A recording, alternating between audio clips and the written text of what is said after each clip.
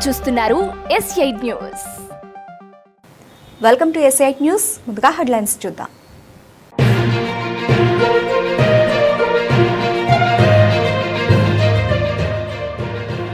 అమెరికాకు భారత్ కీలక భాగస్వామి. అమెరికా విదేశాంగ మంత్రి మార్కో రూబియో వెల్లడి.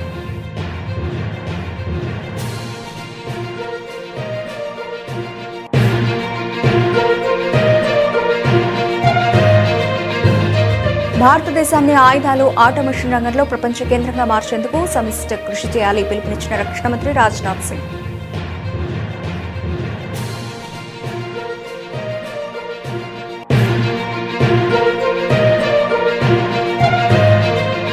అక్రమ గోవధపై కఠిన MCOCA చర్యలు తీసుకుంటాం హెచ్చరించిన మహారాష్ట్ర మంత్రి బాంకులే.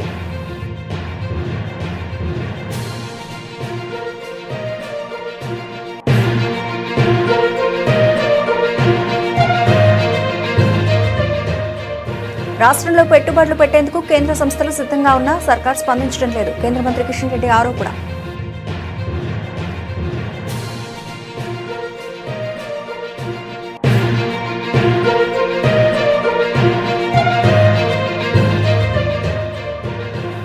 గోదావరి పుష్కరాలకు 1000 కోట్ల రూపాయలు తెలంగాణ కేబినెట్ ఆమోదం.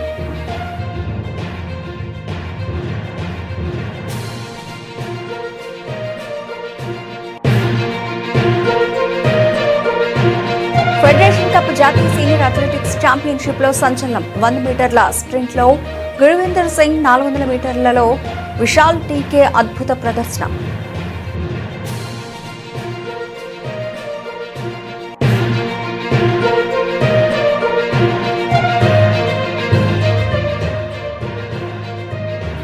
ఐదేళ్లలో 5 లక్షల ఉద్యోగాలు. రాష్ట్ర మంత్రివర్గ సమావేశంలో నిర్ణయాలు వెల్లడించిన మంత్రి పొంగులేటి.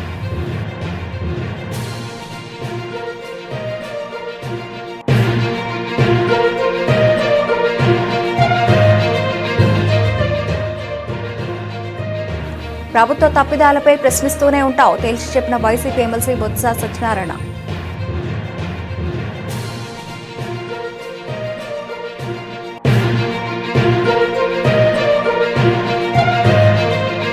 మహారాష్ట్ర నుంచి ప్రాణహిత నది గుండా వేలాది ఆవులను తరలిస్తున్నారు సంచలన ఆరోపణలు చేసిన సిర్పూర్ ఎమ్మెల్యే పాల్వాయి హరీష్ బాబు.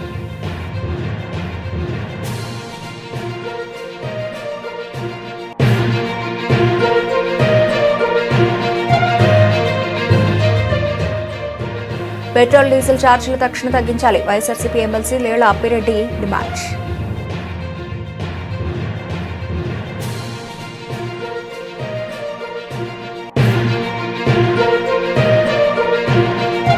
కెప్టెన్ శ్రేయస్ అయ్యర్ అజేయ సెంచరీతో పంజాబ్ ఘన విజయం. ప్లే ఆఫ్ రేసులో తమ ఆశలను సజీవంగా నిలుపుకున్న Punjab Kings.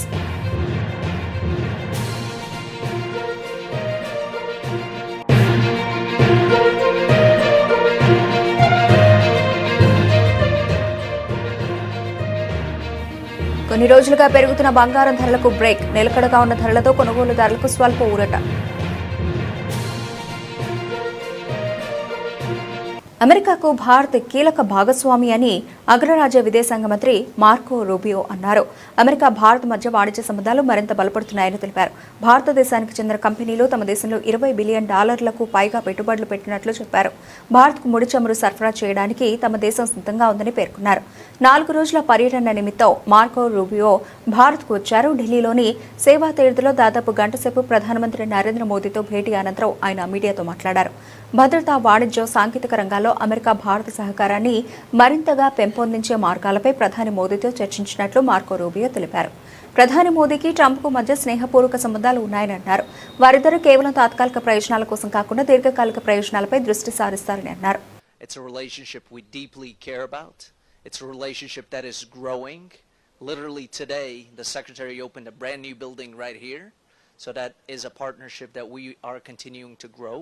We have our Quad meeting. Since I have arrived here a few months ago, we had settled our trade deal. India has joined Pax Silica. Investment is at record levels, and this partnership will continue to grow. And today the Secretary extended an invite to Prime Minister Modi to come visit the White House on behalf of the President. So we have some great things ahead. you. Yeah, it's an honor, and it's great to be here and to see this facility and the embassy and to open a new building that's really going to make us more efficient in terms of the work we do here. And obviously to thank our locally employed staff here as well, which are excellent. And we had a very productive meeting today. We'll have very productive meetings in this visit.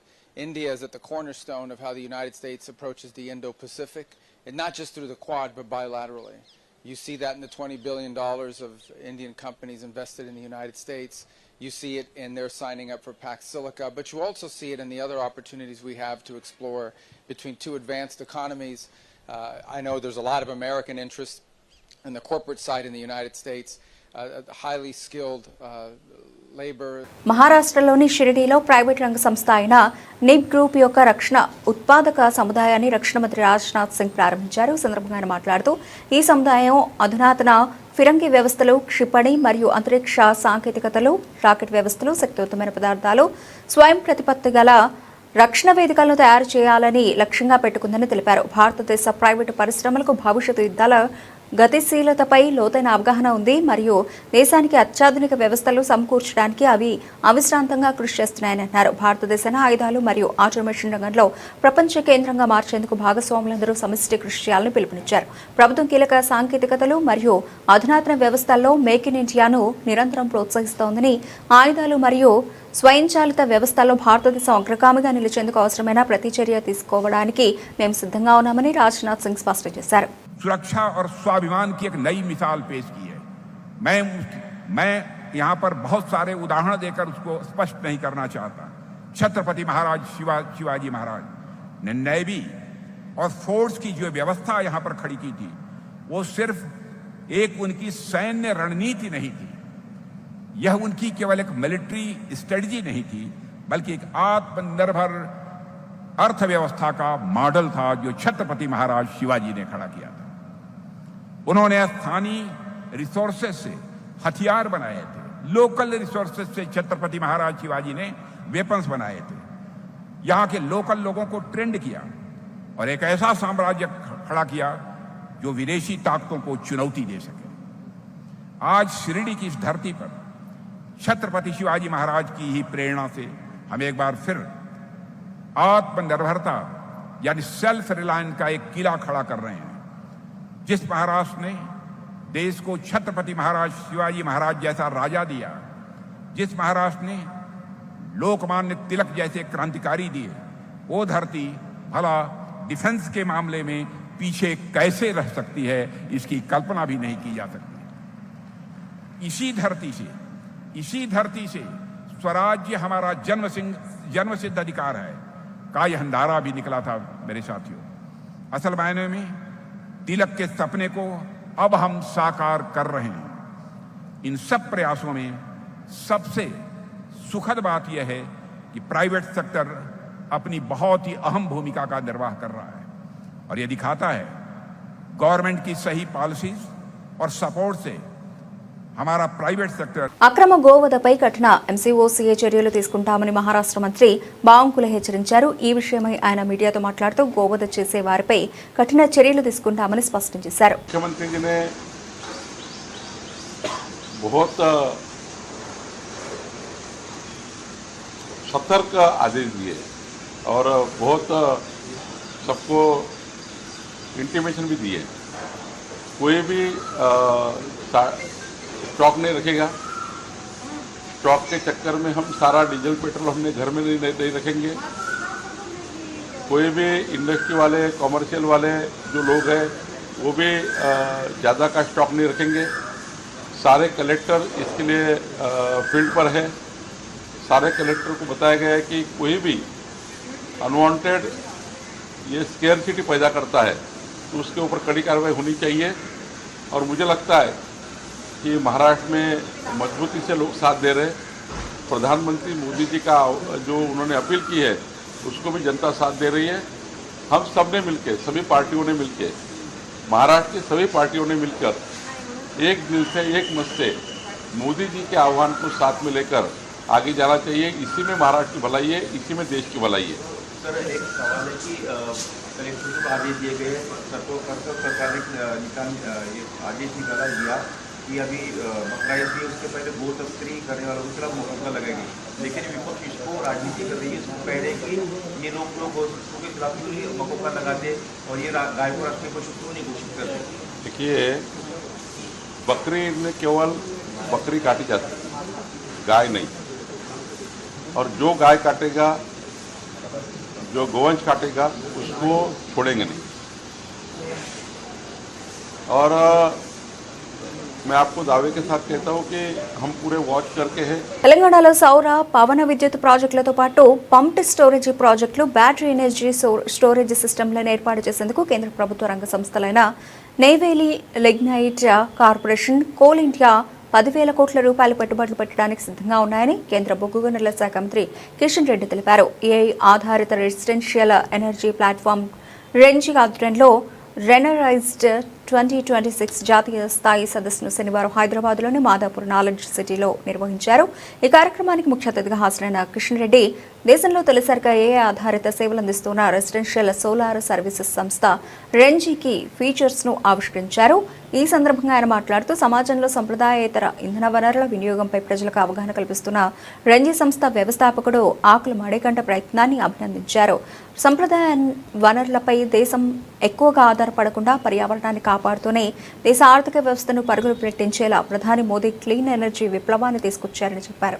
Green energy గురించి అందరం బాధ్యత తీసుకోవాల్సిన అవసరం ఉంది. ప్రధానమంత్రి గారు PM Surya Ghar Yojana అనేటువంటి పథకం తీసుకొచ్చారు. పిఎం కుసుమ్ యోజన కూడా తీసుకొచ్చారు. అగ్రికల్చర్ పంప్ సెట్స్, మనం డొమెస్టిక్ సంబంధించి, మన హౌస్ హోల్డ్ సంబంధించినటువంటి ఈ రెండింటికి సంబంధించి ప్రధానమంత్రి గారు ఎంత కమిట్మెంట్ తోటి అంటే పరి క్యాబినెట్ లో మీ కాన్స్టిట్యున్సీలో ఎంత మందికి పీఎం సూర్యఘర్ యోజన వచ్చింది. నాకు విషయం చెప్పారు, మీరైతే కోల్బెల్ట్ ఏరియాలో ఏవైతే ఎఫెక్టెడ్ విలేజెస్ ఉన్నాయో, కోల్బెల్ట్ ఏరియాలో పనిచేసేటువంటి క్వార్టర్స్ ఏవైతున్నాయో, ఇండ్లు ఏవైతున్నాయో, విలేజెస్ ఏవైతున్నాయో, మీరు కోల్ మినిస్ట్రీ ద్వారానే మీరే సబ్సిడీ ఇచ్చి, ఎందుకంటే గవర్నమెంట్ ఆఫ్ ఇండియా 70% సబ్సిడీ ఇస్తుంది, 30% కన్జ్యూమర్ పెట్టుకోవాలి. ఆ 30% కూడా పెట్టుకోనటువంటి వాళ్ళకు మీరు కోల్ కంపెనీల ద్వారా పెట్టి 100% సబ్సిడీ తోటి అందరు కరెంట్ ఇవ్వండి అంటున్నాం. ఎందుకు? మనము ఈ యొక్క జనరల్ థర్మల్ ఎనర్జీ సేవ్ చేసి సోలార్ ఎనర్జీ మీద మనము యూసేజ్ పెంచుకున్నట్లయితే అది దేశానికి లాభం. అదేవిధంగా ప్రధానమంత్రి ఇంకో మాట చెప్పారు, మీరు ఎంతైతే పవర్ మీరు వాడుకుంటారో, ఒకవేళ మీ ఇంట్లో పవర్ జనరేషన్ పెరిగితే, మీరు పెట్టేటువంటి సోలార్ ప్యానెల్స్ ద్వారా పవర్ పెరిగితే అది గవర్నమెంట్ కొంటుంది, మీకు ఇన్కమ్ వస్తుంది. అది మీకు ఫ్రీ, మీ ఇంటికి ఫ్రీ కరెంటే కాదు, మీరు ఎక్కువ. గోదావరి పుష్కరాల కోసం 1,000 కోట్ల రూపాయలు కేటాయించాలని తెలంగాణ ప్రభుత్వం నిర్ణయించింది. ఈ మేరకు ముఖ్యమంత్రి రేవంత్ రెడ్డి అధ్యక్షతన సమావేశమైన మంత్రివర్గం సంబంధిత పనుల కోసం నిధుల కేటాయింపునకు ఆమోదం తెలిపింది. తొలి విడతగా 300 కోట్ల రూపాయల మంజూరుకు పచ్చజెండా ఊపింది. కేబినెట్ సమావేశంలో పలు కీలక నిర్ణయాలు తీసుకున్నారు. జూనియర్ కళాశాలల్లోనూ మధ్యాహ్న భోజన పథకం అమలుకు మంత్రివర్గం ఆమోదం తెలిపింది.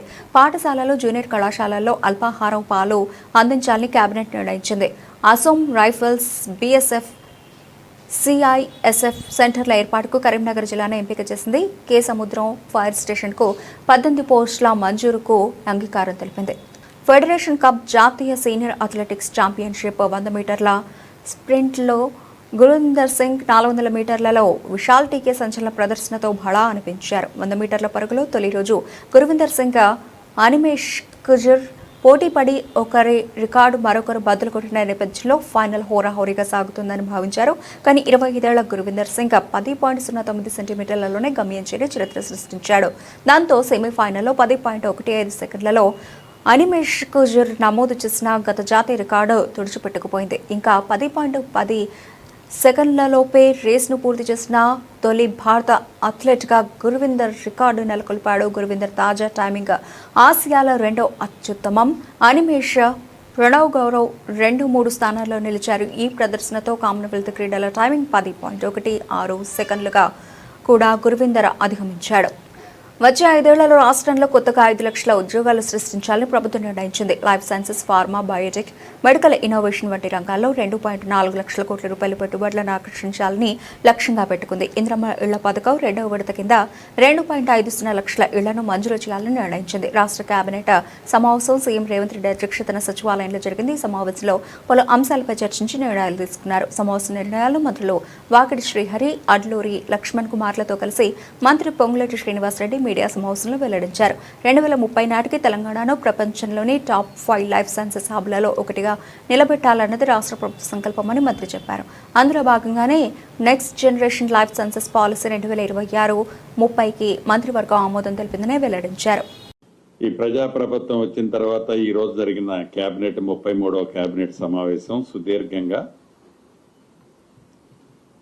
గౌరవ ముఖ్యమంత్రి రేవంత్ రెడ్డి గారి అధ్యక్షతన పలు అంశాల మీద నిర్ణయాలు తీసుకోవటం జరిగింది. ప్రధానంగా ఇందిరమ్మ ఇల్లు,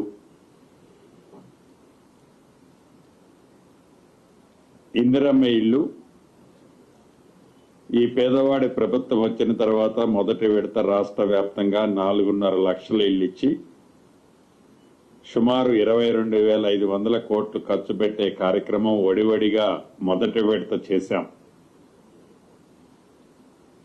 రెండో విడత కూడా జూన్ 1వ తారీఖు నాడు, యాక్చువల్గా జూన్ 2వ తారీఖు అనుకున్నాం, దాన్ని 1 డే ప్రీఫోన్ చేశాం.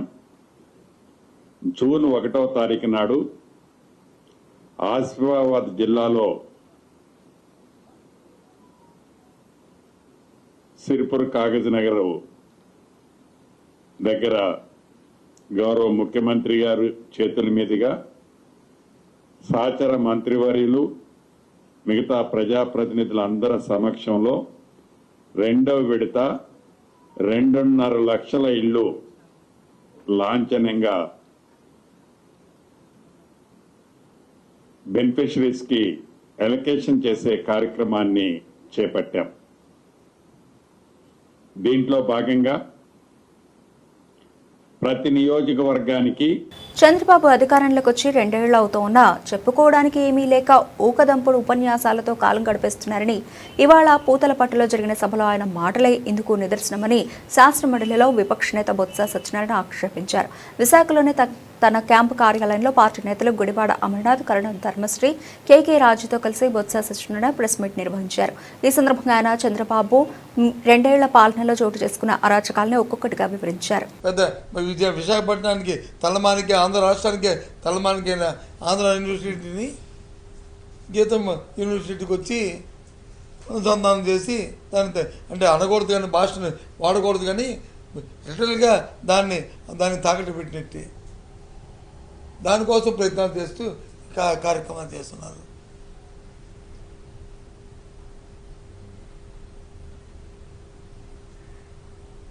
ఎంతమందో ఆంధ్ర యూనివర్సిటీ దాన్ని మెరిట్ వచ్చిన ప్రతి స్టూడెంట్ ఆంధ్ర యూనివర్సిటీలో చదవాలని కోరుకుంటారు.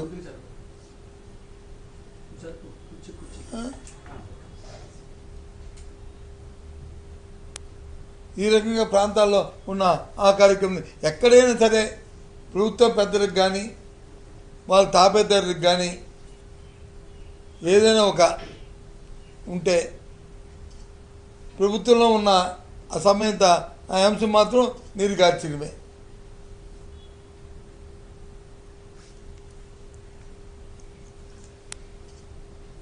స్కిల్టింగ్ చేసేస్తున్నారు వాటి గురించి. ఇది చాలా దురదృష్టం. మళ్ళీ ఇవన్నీ రిపేర్ చేయాలంటే చాలా కష్టం. 2 సంవత్సరాలు అయింది ఈ ప్రభుత్వం వచ్చి. పేదవాడికి కానీ మధ్యతరగతి వాడికి కానీ ఇదిగో మేము వీరికి ఇది చేసామని పేటెంట్గా చెప్పుకునే ఒక కార్యక్రమం చెప్పానండి. రైతుకి కానీ సామాన్యుడికి కానీ సామాన్యునికి సంబంధించిన ఆరోగ్యానికి సంబంధించిన అంశంలో కానీ లేదు. మహారాష్ట్ర నుంచి ప్రాణహిత నది గుండా వేలాది ఆవులను తరలిస్తున్నారంటూ సిర్పూర్ శాసనసభ్యులు పాల్వాయి హరీష్ బాబు సంచలన ఆరోపణలు చేశారు. కౌటాల వారసంతా 20 రోజులుగా కొనసాగుతోందని, ప్రభుత్వ యంత్రాంగం మహారాష్ట్ర నుంచి హైదరాబాద్కు పశువులను తరలించడానికి ఒక గ్రెయిన్ ఛానల్ లాగా పనిచేస్తోందని విమర్శించారు. ఈ దారుణమైన అక్రమ వ్యాపారాన్ని ప్రోత్సహిస్తున్న ఘనత కాంగ్రెస్ ప్రభుత్వానిదే అని మండిపడ్డారు. బీజేపీ ప్రభుత్వం వచ్చిన చోట గోవధ నిషేధ చట్టం పటిష్టంగా అమలు చేస్తూ ఉంటే ఇక్కడ మాత్రం సాక్షాత్తు రాష్ట్ర ప్రభుత్వం ఈ అక్రమ రవాణాను ప్రోత్సహించడం సిగ్గుచేటు అని ధ్వజమెత్తారు. మహారాష్ట్ర ఛత్తీస్గఢ్ నుంచి మాకు పక్కనే ప్రాణహిత నది ఉంటుంది. ఇట్లా ప్రాణహిత నది గుండా రోజు ఇవాళ కూడా 1000 పశువులు ఇవాళ కూడా 1000 పశువుల్ని ఆ ప్రాణహిత నదిని దాటించి పక్కనే కౌటాల మండల కేంద్రం ఉంటుంది. అక్కడ వారసంతా ఉంటుంది. వారసంతా వారానికి ఒక రోజు నడవాలి. అది 20 రోజులుగా నిరంతరం నడుస్తుంది. రోజు సంత నడుస్తుంది. రోజుకు 5-6 వేల పశువులు అక్కడికి వస్తాయి. పోలీసులు అక్కడ దగ్గర ఉంటారు. అక్కడ పోయి అక్కడ మన వెటర్నరీ అసిస్టెంట్ సర్జన్ ప్రభుత్వ అధికారులే అక్కడ డెప్యుటేషన్ చేశారు. ఎవరిని? వెటర్నరీ అసిస్టెంట్ సర్జన్ సర్టిఫికేట్ ఇవ్వాలి కాబట్టి వెటర్నరీ డాక్టర్లను అక్కడ ఉంచారు. నిరంతరం పొద్దున 6 గంటల నుంచి రాత్రి వరకు మీరంతా certificate. Actual animal transportation rules ప్రకారం ఒక డాక్టర్ 90 సర్టిఫికేట్ల కన్నా ఎక్కువ ఇవ్వలేడు. కానీ 90 కాదు 300-400 సర్టిఫికేట్లు ఒక్కొక్క డాక్టర్. మా దగ్గరనైతే కలెక్టర్ గారు డిస్ట్రిక్ట్ వెటర్నరీ ఆఫీసరే ఆర్డర్స్ ఇచ్చాడు. కౌటాల షాండీలో డాక్టర్ బి రాకేష్, ఆయన వెటర్నరీ అసిస్టెంట్ సర్జన్, పెంచుకల్పేట ఉంటే ఆయన అక్కడ డెప్యుటేషన్ మీద వేశారు. చిర్రకుంటలో ఉన్న మురళీకృష్ణన్ తీసుకుపోయి కౌటాలలో వేశారు. మా దగ్గర ఇంకొకటి గోయగాం అని వాంకిడి సరిహద్దులో ఆసిఫాబాద్ నియోజకవర్గంలో ఒక షాండీ సంత ఉంటుంది. అక్కడ ఒక డాక్టర్. అంటే ప్రభుత్వమే ఫెసిలిటేట్ చేస్తుంది. ఇంత దారుణం అంటే ఇంత గలీజ్ కథలకు ఈ ప్రభుత్వం పడుతుందని మనం ఊహించలేదు. కానీ ఇవాళ అట్లా వ్యవస్థ తయారైతుంది. పశువులు ఇవాటి పొద్దున ఫోటో ఇది. ఎన్ని వేల పశువులు అక్కడ నది దాటిస్తున్నారు. ఆ వెహికల్స్ పిలిపించి ఆర్డర్గా వాటికి పార్కింగ్ స్థలం చూస్తూ అందులో ఎక్కి. పెరిగిన పెట్రోల్ డీజిల్ ఛార్జీలతో రైతులు, ఆటో కార్మికులు, ఆక్వా రంగం తీవ్రంగా ఇబ్బంది పడుతోందని ఎన్నికలకు ముందు హామీ ఇచ్చినట్టుగా పెంచిన ఛార్జీలు తక్షణం తగ్గించాలని ఎమ్మెల్సీ లేళ్ల ఆపిరెడ్డి డిమాండ్ చేశారు. పెరిగిన ఛార్జీల కారణంగా రాష్ట్ర ప్రజలపై ఏటా దాదాపు 3,400 కోట్ల రూపాయల భారం పడుతోందని, నిత్యావసర సరుకుల ధరలు ఆకాశాన్నంటే సామాన్యుడు పడుతున్న అవస్థలను ప్రభుత్వం గుర్తించాలని కోరారు. ఓటేసి గెలిపించిన ప్రజలకు మేలు చేయాలన్న దృక్పథం చంద్రబాబులో కనిపించడం లేదని, గెలిచి అధికారంలోకి వచ్చాక మోసం చేయాలన్న ఆలోచనతోనే అలవికాని హామీలు ఎన్నికల్లో గుప్పించారని ఆరోపించారు. ఈ 2 సంవత్సరాల కాలంలో ఈ రాష్ట్ర ప్రభుత్వం ఘోరంగా వైఫల్యం చెందినటువంటి అనేక అంశాలకు సంబంధించి 25 సార్లు మీడియా సమావేశాలను పెట్టి ప్రభుత్వానికి వందల ప్రశ్నలు సంధించారు. అనేకమైనటువంటి అంశాలని లేవనెత్తారు. కానీ మా నాయకుడు సంధించినటువంటి ప్రశ్నలకు కానీ లేవనెత్తినటువంటి అంశాలకు సంబంధించి కానీ ఈ ప్రభుత్వం ఏనాడు కూడా వాటికి సంబంధించి లేవనెత్తినటువంటి ప్రశ్నలు తప్పనో ఆరోపణలు తప్పనో అనే మాట కూడా చెప్పలేనటువంటి దౌర్భాగ్యమైనటువంటి పరిస్థితుల్లో ఈ ప్రభుత్వం కొనారిల్లుతున్నటువంటి పరిస్థితులు వాళ్ళు చూస్తా ఉన్నాం.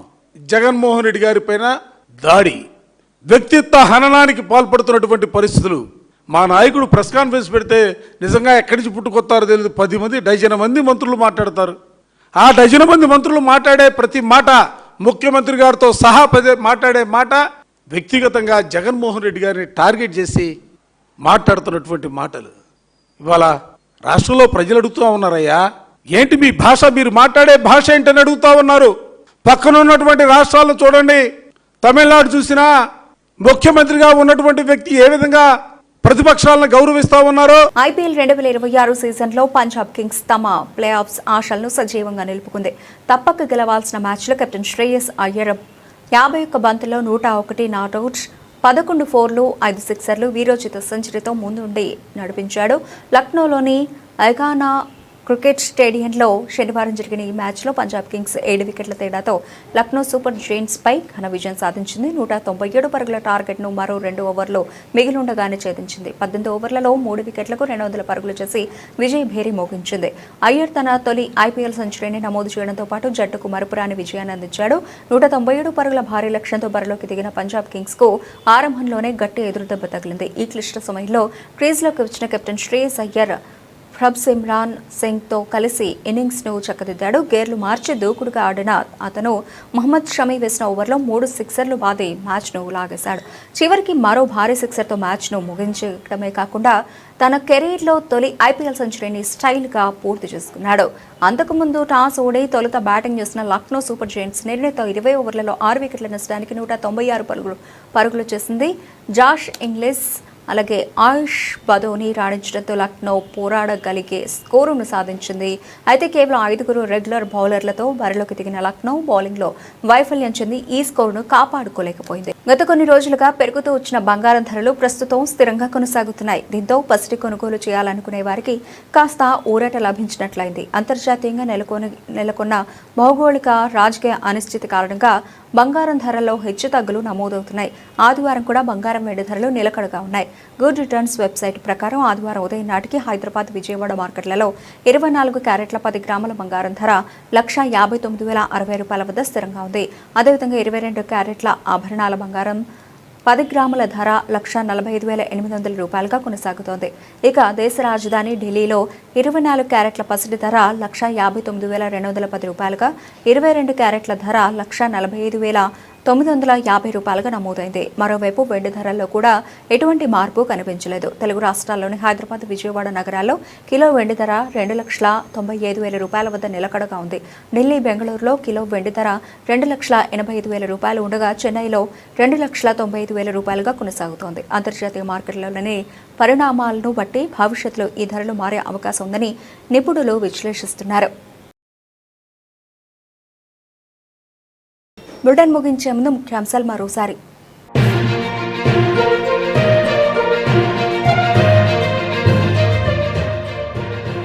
అమెరికాకు భారత్ కీలక భాగస్వామి, అమెరికా విదేశాంగ మంత్రి మార్కో రూబియో వెల్లడి.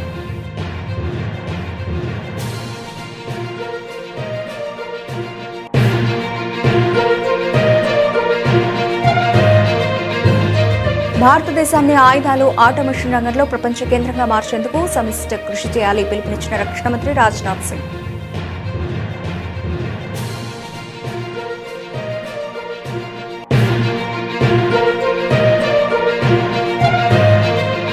అక్రమ గోవధపై కఠిన ఎంసీఓసీఏ చర్యలు తీసుకుంటాం, హెచ్చరించిన మహారాష్ట్ర మంత్రి బాంకులే.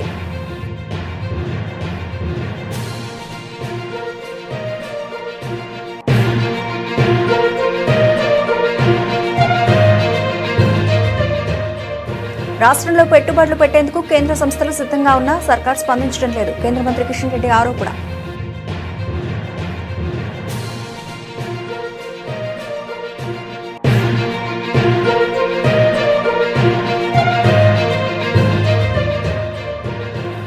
గోదావరి పుష్కరాలకు 1,000 కోట్ల రూపాయలు తెలంగాణ కేబినెట్ ఆమోదం.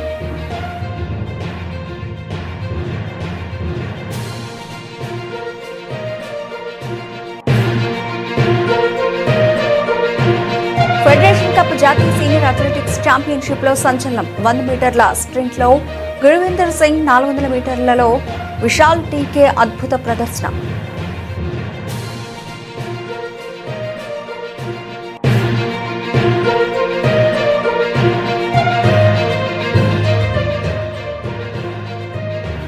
ఐదేళ్లలో 5 లక్షల ఉద్యోగాలు. రాష్ట్ర మంత్రివర్గ సమావేశంలో నిర్ణయాలు వెల్లడించిన మంత్రి పొంగులేటి.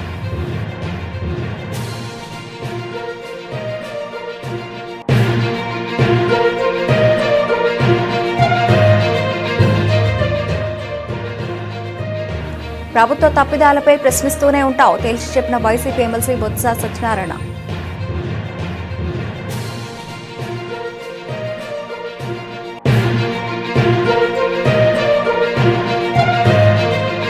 మహారాష్ట్ర నుంచి ప్రాణహిత నది గుండా వేలాది ఆవులను తరలిస్తున్నారు. సంచలన ఆరోపణలు చేసిన సిర్పూర్ ఎమ్మెల్యే పాల్వాయ్ హరీష్ బాబు.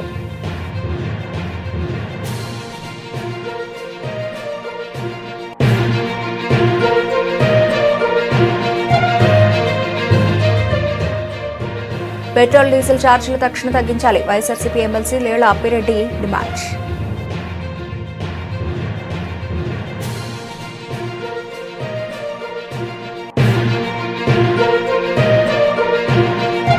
కెప్టెన్ శ్రేయస్ అయ్యర్ అజేయ సెంచరీతో పంజాబ్ ఘన విజయం. ప్లే ఆఫ్ రేసులో తమ ఆశలను సజీవంగా నిలుపుకున్న పంజాబ్ కింగ్స్.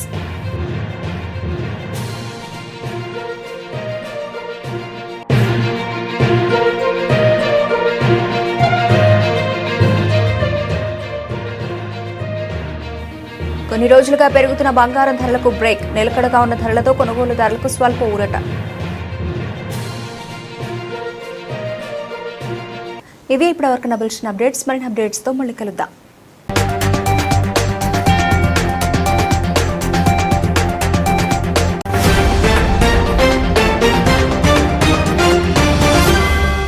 మీరు చూస్తున్నారు S8 న్యూస్.